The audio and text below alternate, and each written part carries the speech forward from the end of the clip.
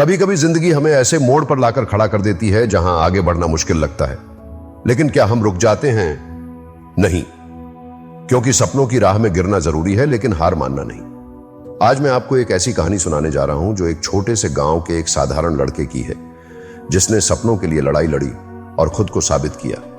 यह कहानी है राघव की, एक कलाकार की, जिसने अंधेरे से उजाले तक का सफर तय किया।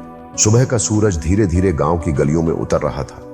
हल्की ठंडी हवा बह रही थी और चिड़ियों की चहचहाहट चारों ओर गूंज रही थी। गांव के किनारे एक छोटे से घर में एक नौजवान अपनी चारपाई पर बैठा था। राघव, उसके हाथ में एक पुरानी स्केचबुक थी, जिसमें वह धीरे धीरे अपनी कल्पनाओं को आकार दे रहा था। राघव को बचपन से ही रंगों से प्यार था। वह अपने गांव की दीवारों पर चित्र बनाता, खेतों में बैठकर कुदरत को उकेरता और कभी कभी अपनी मां की तस्वीर बनाकर उसे दिखाता। बेटा, यह तो बिल्कुल असली जैसा दिख रहा है, उसकी मां कहती। उसकी आंखों में गर्व झलकता। लेकिन उसके पिता को चिंता थी। राघव, यह सब करने से पेट नहीं भरेगा बेटा, कुछ काम धंधा देख। एक दिन राघव ने तय कर लिया, मुझे शहर जाना होगा अपने सपने पूरे करने के लिए।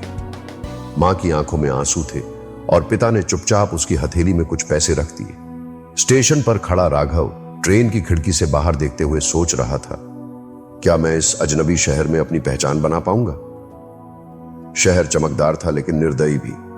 हर जगह भीड़ थी, लेकिन कोई राघव को नहीं जानता था। उसने कई आर्ट गैलरी में अपनी पेंटिंग्स दिखाने की कोशिश की, लेकिन हर जगह एक ही जवाब, हम नए आर्टिस्ट्स को मौका नहीं देते। कई दिनों तक उसे काम नहीं मिला। पैसे खत्म होने लगे और उसे सस्ते होटल छोड़कर सड़कों पर सोना पड़ा। राघव ने हार नहीं मानी। उसने शहर के एक कोने में अपनी पेंटिंग्स लगानी शुरू कर दी, होपिंग कि कोई उसकी कला को पहचानेगा, लेकिन लोग बस चलते रहे बिना देखे। एक दिन एक छोटा बच्चा उसकी पेंटिंग्स देखकर रुक गया और अपनी मां से बोला, मां, ये बहुत सुंदर है, हमें खरीदनी चाहिए। मां मुस्कुराई, लेकिन बोली, बेटा, ये सड़कों पर बिक रही है, शायद अच्छी ना हो। उस रात राघव भूखा था। उसके पास सिर्फ 2 रुपए बचे थे। वह एक फुटपाथ पर बैठा सोच रहा था, शायद पापा सही थे, सपना देखने वालों की किस्मत हमेशा अच्छी नहीं होती। वह रोने ही वाला था कि एक बूढ़े आदमी ने उसकी पेंटिंग्स को देखा। ये तुमने बनाई है? आदमी ने पूछा। राघव ने सिर हिलाया। आदमी मुस्कुराया, कल मेरी आर्ट गैलरी में आओ। राघव अगले दिन गैलरी पहुंचा। वह आदमी एक प्रसिद्ध आर्ट कलेक्टर निकला। उसने राघव की कुछ पेंटिंग्स खरीद ली और उसे पहली बार एक प्रदर्शनी में हिस्सा लेने का मौका दिया। वो दिन था और आज का दिन राघव का नाम शहर में गूंजने लगा।